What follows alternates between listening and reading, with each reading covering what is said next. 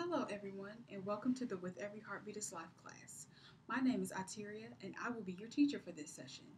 This session will be 1 hour long, and we'll be talking about healthy lifestyle choices to help us live healthier and happier lives. I would like to let you know that we have revised the program from last year, and this year we understand the importance of your time. So now the classes are shorter and more interactive. At the end of each class, we will have some sort of physical activity. Today, we will do a video workout series called Instant Recess. We also want to help all of you with your health goals. So we have goal sheets for all of you that I can keep that so that we can hold each other more accountable. In order to have an honest and open discussion, we will need to establish some ground rules and requests. I have some, and if there are things that you think should be added to the list, please let me know. Here are some things you can do to help learn the most from the sessions. Feel free to ask questions, share your personal experiences. This will make the project mean more to all of us. Try to stay on topic, agree to keep group business in the group, agree to not judge others, try to come to all the classes. If you need to take a personal call, leave the room. Ask if there are any other rules that they would like to add to the list. One last thing before we get started is to know who all is in attendance. So let's go around the room and tell our name and what we would like to learn from the class. Allow the participants to give their name and health goals. Today we will discuss the importance of the heart and our risk factors for heart disease. Does anybody know why the heart is so important? Allow participants to give their answers. If they do not mention the following, go ahead and read off of this list. The heart is important because it pumps blood throughout the whole body. The blood in your heart takes oxygen and nutrients to your body needs to survive to all the cells in your body. The heart pumps at least 5 liters of blood every minute and beats over 100,000 times a day. This container is about a liter if you fill it all the way to the very tip top and not to right here. The heart pumps at least 5 times this amount every minute. Now we're going to find our pulse so we can see how hard our hearts are working right now. To find your pulse, gently place the index and middle fingers of one hand on the inside of the wrist of your other hand. Slide your 2 fingers toward the thumb side of your wrist until you feel a slight heartbeat. I can feel it in my middle and the side of my index finger from my heartbeat, and I'm about right at the bottom of my palm. Now we will show picture card 1.2 and read it.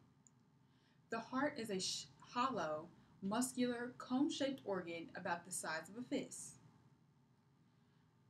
The heart has 2 upper chambers and 2 lower chambers. Upper chamber, lower chamber, lower chamber. The upper chambers, the right atrium and the left atrium, receive blood. The lower chambers, the right ventricle and left ventricle, pump blood. Heart disease is a condition that affects the heart muscle, heart valves, and the vessels of the heart. That means the pumps, pipes, and valves for blood flow do not work the way that they are supposed to. Because the heart is such an important organ, you want to keep it free from disease. With every heartbeat is life. When the heart stops, life stops. So when you take care of your heart, you take care of your life. So why is it important to understand what heart disease is and how to manage it? Allow the participants to give their suggestions, and then you let them know this. About 1 in 4 African American deaths are due to heart disease. Heart disease is the #1 cause of African American death in the United States. The rate of death from heart disease is 31% higher in African Americans than among whites. There are risk factors for heart disease that you can control. We'll be flipping to picture card 1.7.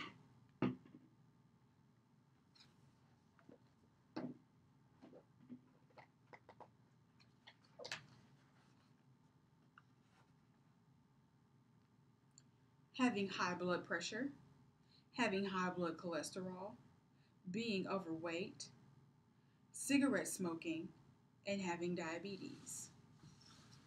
So now, at this time, you will give your participants page 21, Are You at Risk for Heart Disease? For the classes that we taught, I would just print out all of the pages, staple them, and give them to the participants as a packet when they first came in to sign in so that we could save time. Are you at risk for heart disease? Risk factors are traits or habits that make a person more likely to develop heart disease. Read this list of risk factors for heart disease. Check the ones that you have. So, if they are overweight, they would check that box. High blood pressure, high blood cholesterol, diabetes, physical inactivity, and cigarette smoking. And then they would also check off the heart disease factors that they cannot control. So if they are age 45 or older for men, or 55 or older for women, and they have a family history, which means a father or a brother with heart disease before the age of 55, or a mother or sister with heart disease before the age of 65. The more risk factors you have checked, the greater your risk for heart disease. Talk to your doctor about your risk. You will also, for our classes, I also opted to type out the pages of more information on 13 and 14 because even with the full expanded curriculum, the participants didn't have access to those pages. So I printed them out and gave them to the participants because it's a lot of reading. And it's easy for them to kind of navigate through and highlight on their own. So I gave them the more information sheets from page 13 and 14 in section 1 of the expanded curriculum and said the following. These pages are for you to look at later. They give you helpful notes on healthy numbers for your regular checkup tests like blood pressure and cholesterol. What are some things you can do in order to manage or prevent heart disease? You can lose weight if you are overweight. You can be physically active.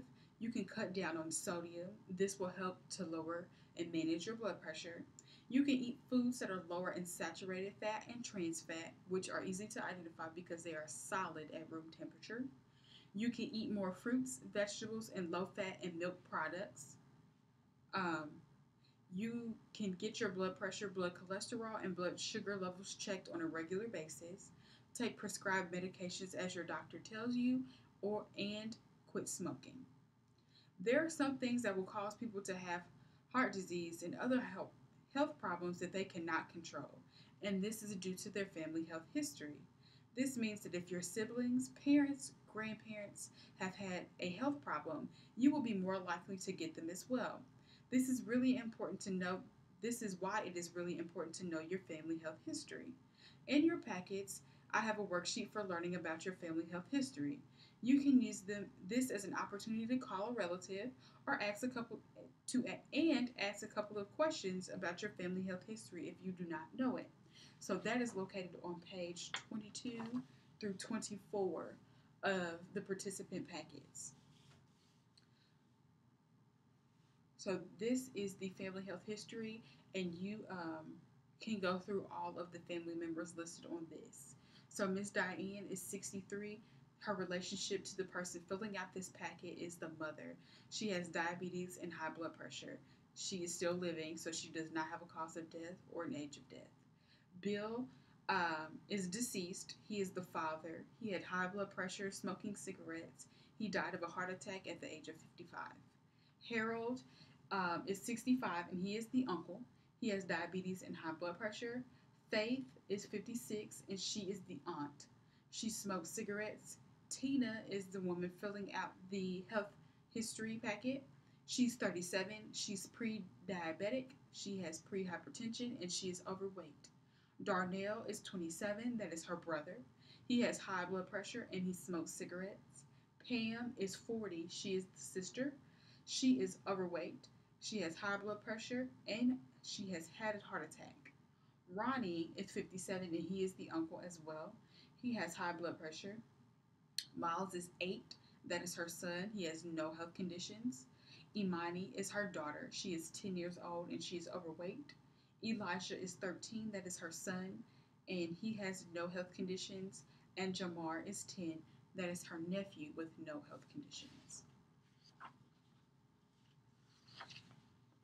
And so on the following pages, it just gives the same layout for them to go through the members of their family. So now we will discuss the warning signs of heart attack and the importance of taking quick action if you experience warning signs. We will now watch a video about the warning signs of heart attacks and the importance of quick action. So at this time, you would play Act in Time to Heart Attack Signs, which for the classes that we facilitated, I found on youtube.com, typed in Act in Time in the search bar, and it came right up. It is about a 15-minute video. So after the participants have watched the video, then you come back to the curriculum. So can someone explain what a heart attack is? You allow the participants to give their take on what they believe a heart attack is.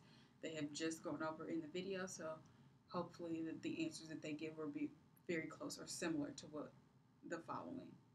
A heart attack occurs when blood supply going to the portion of the heart through one of the coronary arteries is blocked and not enough blood, oxygen, and nutrients get through to meet the needs of the heart.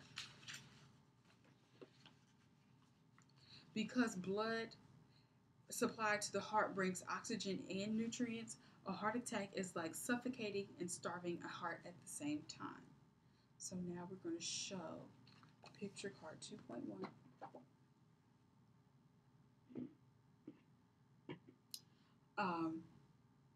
And read it. A normal artery allows blood to flow freely. A heart attack occurs when blood supply going to a portion of the heart through one of the coronary arteries is blocked. Here's how that happens. Heart disease, which can lead to a heart attack, develops over time. Fatty deposits build up on the inside of the coronary arteries. When this happens, the arteries become narrow and not enough blood, oxygen, and nutrients get through to meet the needs of the heart. The coronary arteries can become blocked, usually by a clot. When this happens, the blood flow is closed off and a heart attack happens. If the blockage continues, part of the heart muscle will start to die. When a heart attack occurs, medical treatment can restore the blood flow to the heart. This keeps the heart muscle from dying if there is medical treatment right away. Treatments work best if given as soon as possible, within 1 hour after warning signs of a heart attack begin. When part of the heart muscle dies, nothing can be done to restore it.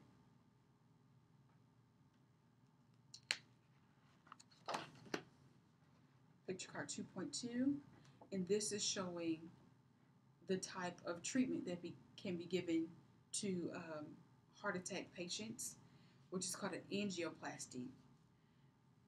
A balloon is placed in the coronary artery and inflated to open the artery. This restores blood flow. Sometimes with an angioplasty, doctors will insert a stent, and a stent is a wire mesh tube. The stent stays in the artery and keeps it open to improve blood flow to the heart. So what are some signs of someone having a heart attack? Allow the participants to give their answers. Discomfort in the chest that lasts for more than a few minutes. This discomfort can be like an uncomfortable pressure, squeezing, fullness, or pain. Discomfort in one or both arms or the back, neck, jaw, or stomach. Shortness of breath. Breaking out in a cold sweat. Feeling lightheaded. Nausea or feeling sick to your stomach. So what should you do when you think someone is having a heart attack? You should call for 911 in 5 minutes or less. Remember that if you or someone you love is having a heart attack and blood is being cut off from the heart, damage is being done. And once a part of the heart muscle dies, nothing can be done to fix it. Remember, calling 911 will start life-saving treatments as soon as they arrive to your door, instead of having to wait until you make it to the hospital if you were to be driven. Unfortunately, many people do not call the ambulance when they think they or someone they love is having a heart attack. What are some reasons you all can think of that people do not immediately call 911? They didn't think that their symptoms were severe enough. They didn't realize how many benefits come with calling 911. They thought they could drive to the hospital faster than an ambulance could come to them. They are worried about the cost of an ambulance. They didn't want people in their business when an ambulance came to their door. They are worried about the cost of an ambulance.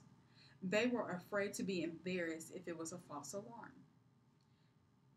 You have to ask yourself if any of these reasons above are worth your life. 911 has the ability to move through traffic faster than you do, and they can start treatment as soon as they get to you. True if your neighbors may be nosy, but you can't allow that to negatively affect your health. To make sure everything goes as it is supposed to, it is important to have a plan of action in case of emergency. This plan should include an emergency card. This card gives healthcare providers the information they need to know in case of an emergency. Let's look at your family emergency card. The emergency card will include the following information: your name, the relationship and phone numbers of emergency contacts who should be called if you go to the hospital, emergency numbers in your area, name and phone number of your doctor or clinic, your health conditions, current medications, and known allergies. And that is located on page 49. Some people find it beneficial to add aspirin to their daily routine to help with their heart health. Anyone who is thinking about using aspirin for heart problems should talk to their doctor first. If the doctor thinks that aspirin is a good choice, it is important to take the correct dose. If a person has had a heart attack or stroke, aspirin can help lower the risk of a second one. It can also help arteries in people who have had heart surgery. It has also been shown that healthy women who have taken a low dose of aspirin every other day may prevent a first stroke. Aspirin may also prevent a first heart attack in women over the age of 65. That is all for today's session, and I hope you all learned something new today. What is one thing that each of you want to do to stay healthy? Allow the participants to give their health goals if they have changed due to what they've learned in class today. Thank you all for attending this class, and I really appreciate each of you coming out to learn something new today. Please come back for our next sessions as we have classes on the following topics: exercise, controlling and managing your blood pressure, controlling and managing your blood cholesterol, and how to identify healthier foods, how to reach and maintain a healthy weight, understanding and managing your diabetes, healthy eating even when time and money is short, smoking, and the different food variety that we need to stay healthy.